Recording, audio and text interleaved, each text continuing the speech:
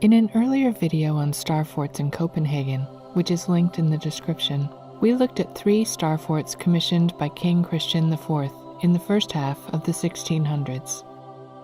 But there is an older castle farther north in Denmark called Kronborg, also with a star-shaped foundation. Kronborg is located on the northernmost tip of Zealand. It began as a much smaller castle and fortress called Krogen, originally built in 1425 as a sort of toll booth regulating maritime traffic between the Baltic Sea and the Øresund, a channel of water that will take you south to Copenhagen. In 1558, Krogen's bastions were improved and built up by King Christian III, who was Christian IV's grandfather.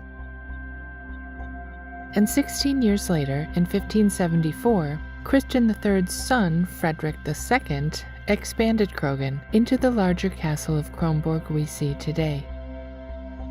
The expanded castle and the improved star-shaped bastions are visible on this map from 1577. Alan and I visited Kronborg a few years ago, and it's absolutely beautiful. It's also the Danish setting of the Shakespeare play Hamlet. These are portraits of Frederick II and his son Christian IV. And here we are standing on Kronborg's flag bastion.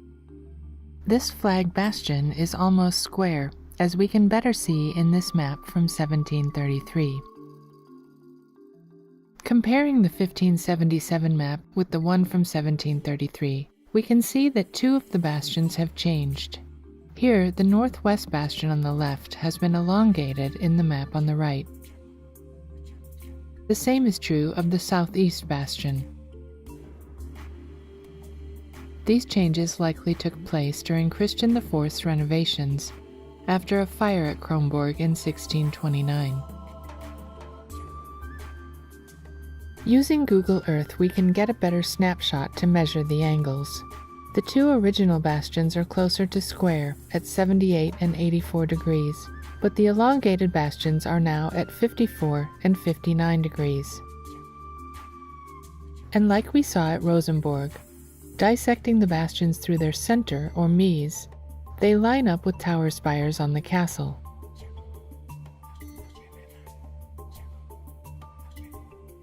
My suspicion is that the original bastions looked something like this, and that they aligned star tip to star tip with the 2 spires on the northwest corner of the castle.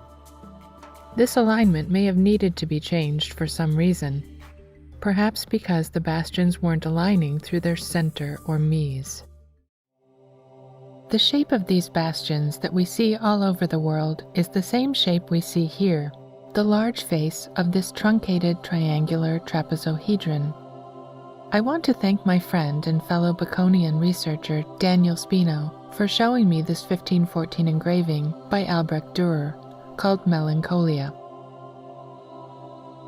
Dürer was a well-known artist and engraver of the 14 and 1500s.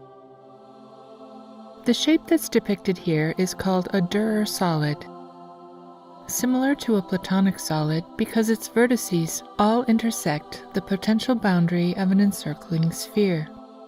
My partner Alan literally plays with solids like these. He's a 4-time world champion in the sport of footbag, and oddly enough, he spent a lot of time in Copenhagen kicking in front of a 13th century church, you can see on the left, which likely was putting off a fair amount of tangible energy. As he was traveling throughout Europe and the world, promoting and demonstrating the sport, he would stitch footbags to earn money. He used his interest in geometry to design bags that would perform in certain ways, for stalling, the net game, etc.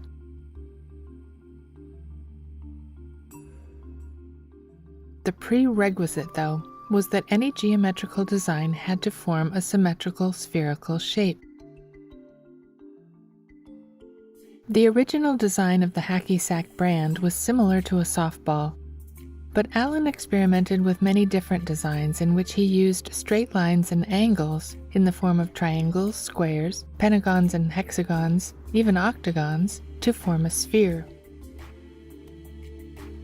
This is the concept behind a Platonic solid, firm shapes that will form a sphere-like shape in which only the vertices intersect the sphere itself. Alan is also a woodworker and constructs solids like this one he made into a lamp. But when using something pliable like fabric, the entire construct can conform to the shape of the sphere. Alan is sort of a savant when it comes to these spherical constructs, and can tell you how many of each polygon a sphere contains simply by looking at it. A typical soccer ball is made up of 20 hexagons and 12 pentagons. But Al's more complicated designs involve bags like this. And this one, a 452 panel design. Alan has designed and stitched countless spheres made up of straight lines and angles, a geometrical combination the Freemasons held in specific high regard, symbolized by their depicting the square and compass together. Which brings us back to Dürer's engraving, in which a winged woman sits next to a geometrical stone. She's holding a compass prominently, while many other discarded tools lay at her feet. This engraving almost feels Masonic, but it's missing a square to go along with the compass. Let's take a closer look at the Dürer solid. Its largest face is really just an elongated pentagon. The viewer's perspective from the side distorts it, so I've approximated its true shape based on the lengths and angles in Dürer's engraving. The angles of this elongated pentagon are 64, 114, and 124. These don't seem to fit any pattern we've seen so far. We can, however, flatten this pentagon into a triangle, retaining each of the side lengths, and this does fit a pattern we've seen before, a Masonic pattern. We see that this woman is holding a compass, a Masonic symbol, but in all of these scattered tools lying at her feet, there's no corresponding square to go along with the compass. That's because the square is actually hidden in the elongated pentagon that can transmute into a right triangle. Is the year 1514 a little early to be encoding Masonic symbols? Not really. German Masonic lodges were very active in the 14 and 1500s. So what other clues are hidden in this Dürer engraving? The winged woman has 5 keys. Because she's holding a compass, we might surmise that the 5 keys in the engraving are likely to be round. And sure enough, there are 5 relevant round orbs to be found. The O in Melencolia, the sun, the sphere, the circular purse clasp, and a round nub on the largest key. We can draw lines from these orbs to various eyes. First we'll draw a line from the letter O to the little eye hole in the piece of wood at the bottom of the engraving.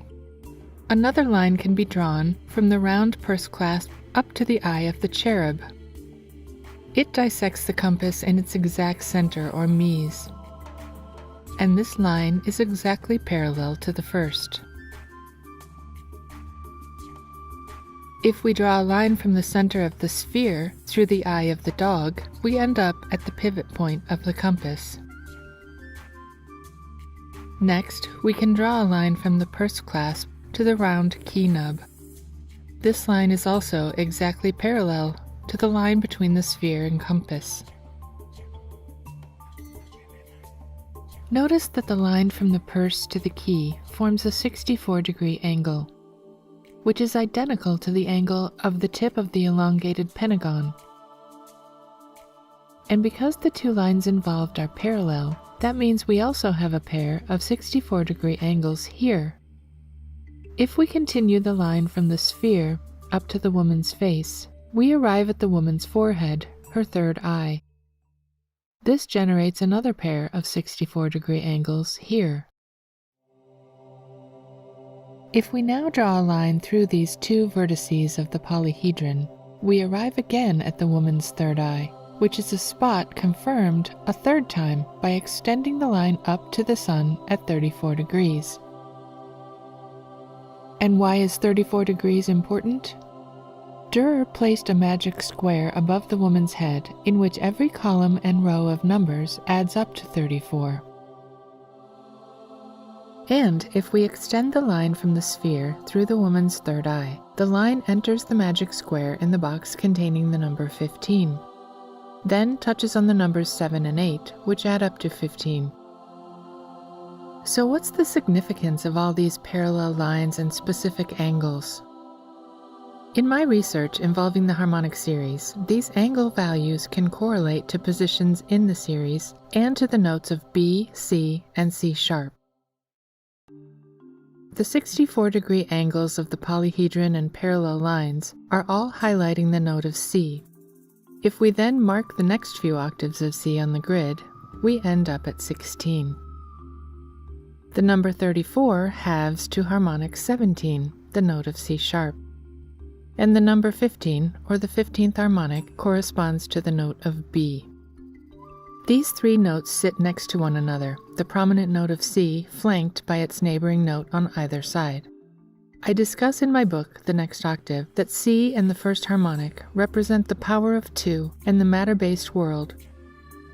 So all this geometry in the engraving is to highlight that material world, as opposed to the realm of spirit. This engraving is not about spiritual pursuits, it's about a physical energy, and we know that from its title.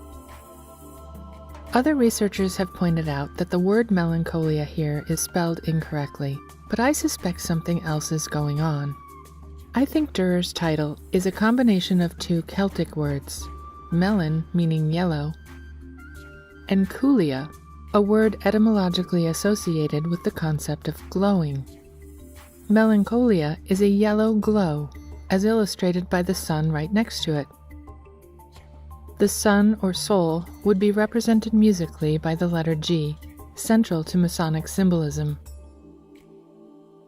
I believe that Dürer was encoding a reference in this engraving to the concept of glow-discharge illumination, something not officially discovered until 1675, but something Masons seem to have understood much earlier. Credit again goes to Daniel Spino for making me aware of the electrical arc, which I also think is being depicted here by Dürer, not only in the engraving itself, but also in the musical notes he's encoded into the three highlighted numbers of 64, 34, and 15.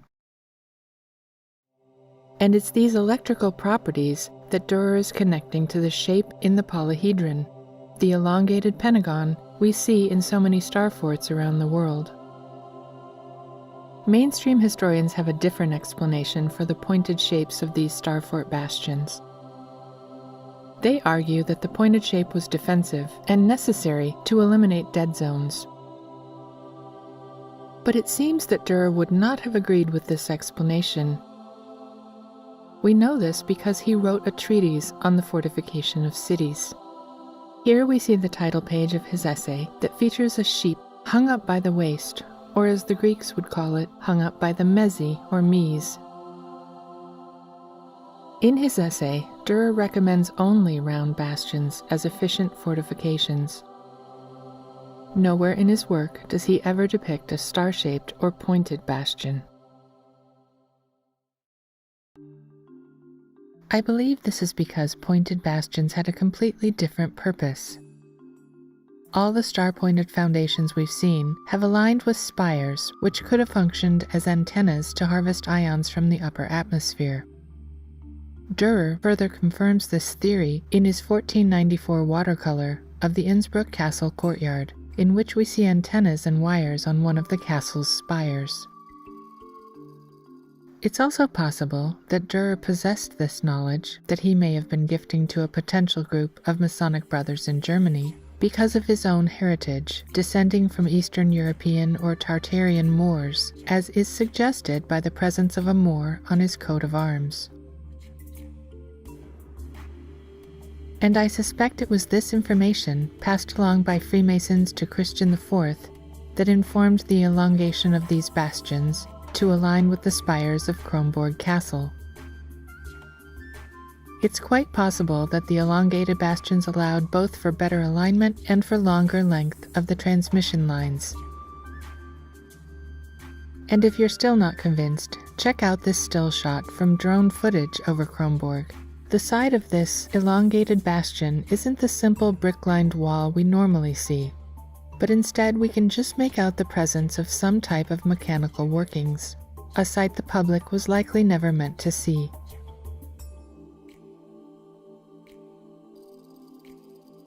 I'm grateful for any feedback.